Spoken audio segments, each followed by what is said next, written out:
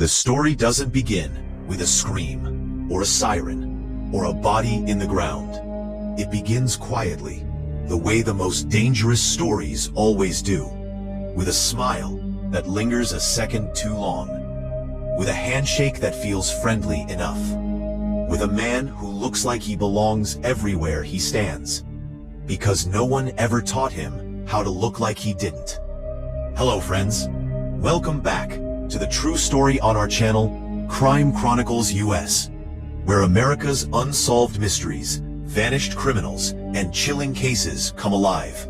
Every story is real, every detail matters, and the truth remains buried in the shadows.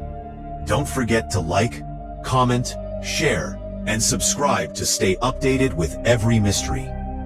He was the kind of man people trusted without thinking about it. Not because he was charming in a movie star way, but because he felt familiar. Like someone you'd seen before, like a neighbor, like a guy who waved back when you waved first. John Wayne Gacy understood something most people never stop to consider. That trust is easier to earn when you never ask for it directly. You just stand there and let people hand it to you. He was born in Chicago in 1942, into a world that believed structure made boys into men, and discipline solved everything. His father believed that louder was better, harder was stronger, and silence meant obedience. Love, if it existed, was conditional. Approval came and went, like weather, unpredictable and often violent. John learned early that being seen did not mean being valued, and being heard did not mean being understood. What mattered was control, who had it and who didn't. As a child, he wanted to be noticed, not for anything extraordinary, just noticed. But attention in his home was dangerous. It came with ridicule, with punishment, with a constant reminder that he was never quite enough.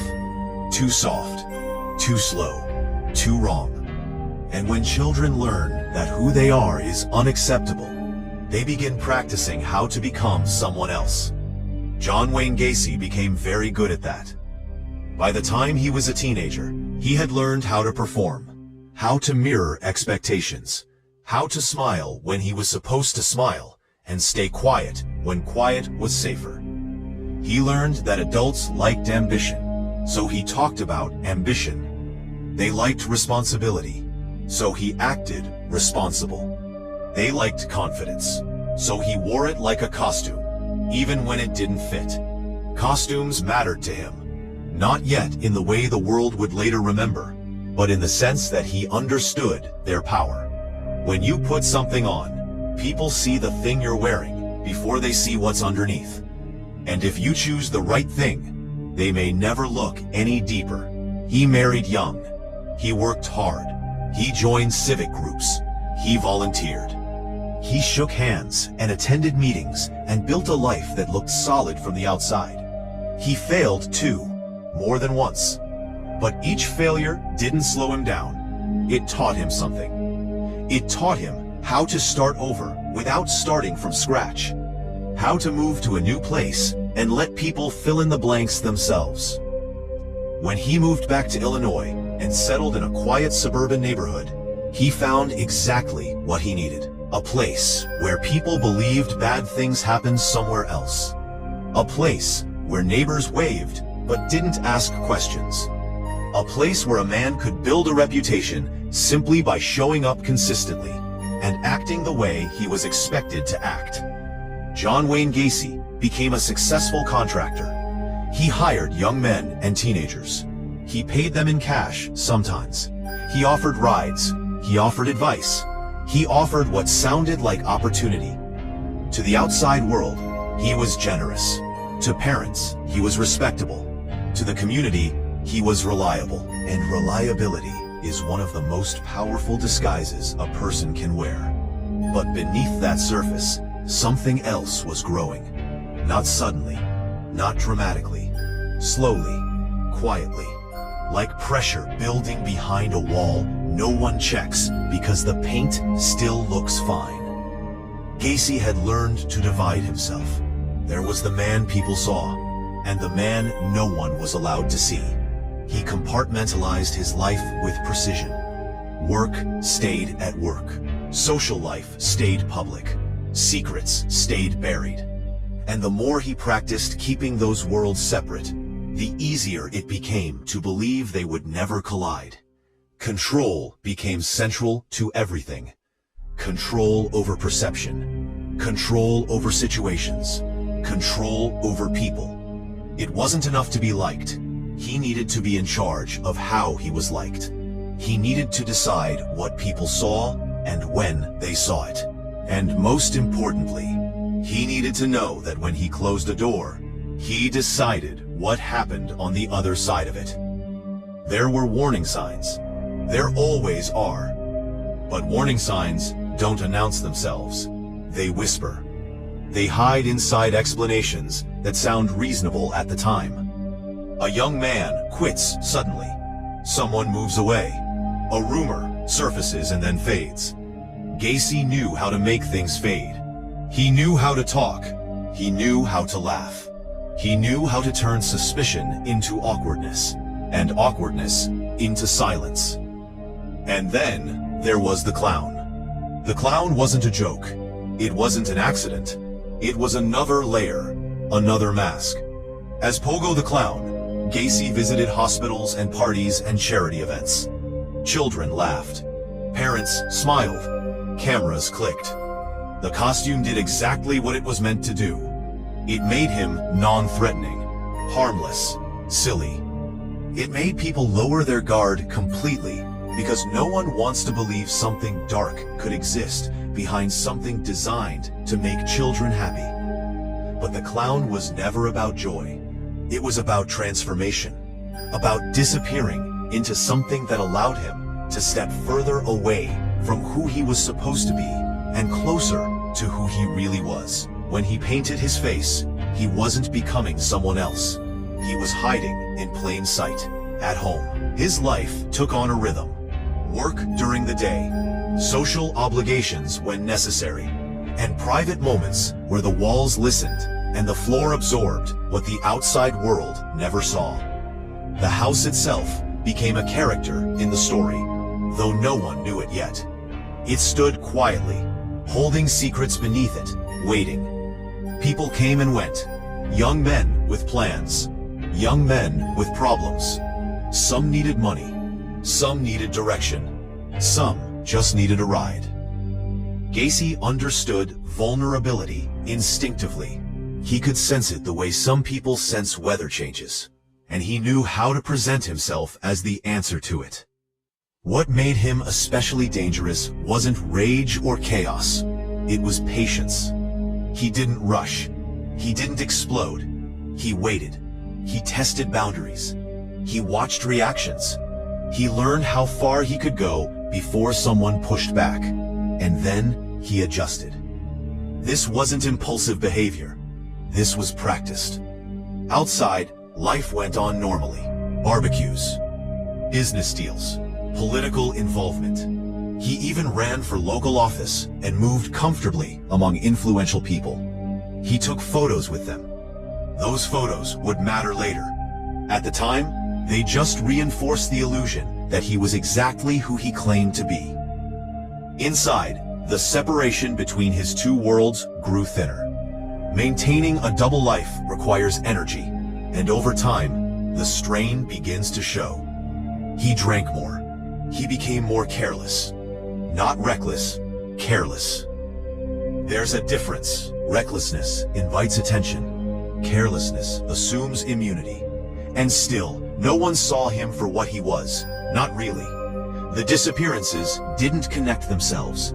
Each one existed in isolation. A runaway, maybe. A misunderstanding, a bad decision. The community trusted its assumptions more than it questioned them. And Gacy trusted that tendency completely. By the late 1970s, the space beneath his house was no longer empty, but the neighborhood remained quiet. Snow fell. Summers passed. Kids rode bikes down the street. The man who lived there waved and smiled and went to work. The thing about evil, when it wears a familiar face, is that it rarely announces itself. It blends in. It waits to be overlooked. And John Wayne Gacy had perfected the art of being overlooked while standing directly in front of everyone. But no story like this stays hidden forever. Pressure doesn't disappear, it shifts. Cracks don't remain invisible, they spread. And somewhere, outside the walls he controlled so carefully, small pieces were beginning to move out of alignment. A name was mentioned. A memory didn't fade. A question lingered longer than it should have. And for the first time, the man who believed he controlled every room he stood in was about to discover what happens when the walls start listening back. The shift didn't happen all at once. It never does. It began with a feeling that something didn't sit right. The kind of feeling people usually talk themselves out of. A teenager didn't come home. Then another. And then another name entered conversations. Not loudly, not urgently, but quietly. Like an unfinished sentence no one wanted to complete. Parents asked questions that didn't have answers. Police wrote notes that didn't connect yet. And John Wayne Gacy continued living his life exactly the way he always had, confident that the noise of the world would cover the sound of anything breaking beneath him. But one disappearance refused to stay quiet. A young man named Robert Peast vanished in December of 1978. And this time, the trail didn't dissolve the way the others had. Witnesses remembered things. Conversations replayed themselves with sharper edges. A job offer, a ride, a familiar name spoken too casually to be coincidence. John Wayne Gacy's name. When police first spoke to him, he didn't panic. Panic would have betrayed him. Instead, he welcomed them, offered coffee, joked, explained. He had done this before, just not with this level of attention. And still, he believed he could talk his way through it. He always had. He believed words were tools, and he had spent his entire life sharpening them. He told stories that sounded reasonable until you listened too closely. He smiled at the right moments. He acted offended in a way that seemed genuine. But something had changed. The questions didn't stop. They circled back. They repeated. And repetition is dangerous, because it forces consistency. And consistency is hard to maintain when the truth isn't underneath it. Surveillance followed him quietly. Cars parked where they didn't belong. Eyes stayed on him longer than usual. And for the first time, the mask began to feel heavy.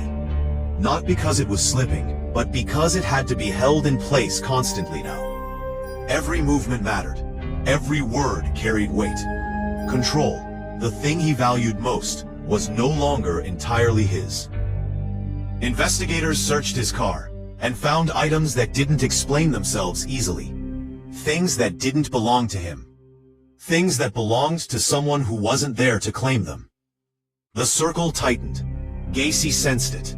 He started talking more, not less. Talking had always been his defense. If he filled the air, there was no room for silence. And silence was where truth liked to sit. Then came the search warrant. When police entered his house, they didn't find chaos. They found order. Too much order. A place where everything had a purpose, where nothing looked accidental. But beneath the surface, beneath the floors, beneath the carefully maintained normalcy, something else waited. Something that had been there for years. The smell was the first thing. Not overwhelming, but wrong. The kind of wrong you can't immediately name, but you know it doesn't belong in a home. Investigators noticed the crawl space. They dug. And then the story changed forever. What they uncovered beneath that house wasn't a single act of violence frozen in time. It was a history, a pattern, a record of control, carried out again and again. The sheer scale of it forced everyone involved to stop thinking in individual moments and start thinking in years. Years of deception. Years of silence. Years where the truth lived inches below ordinary life.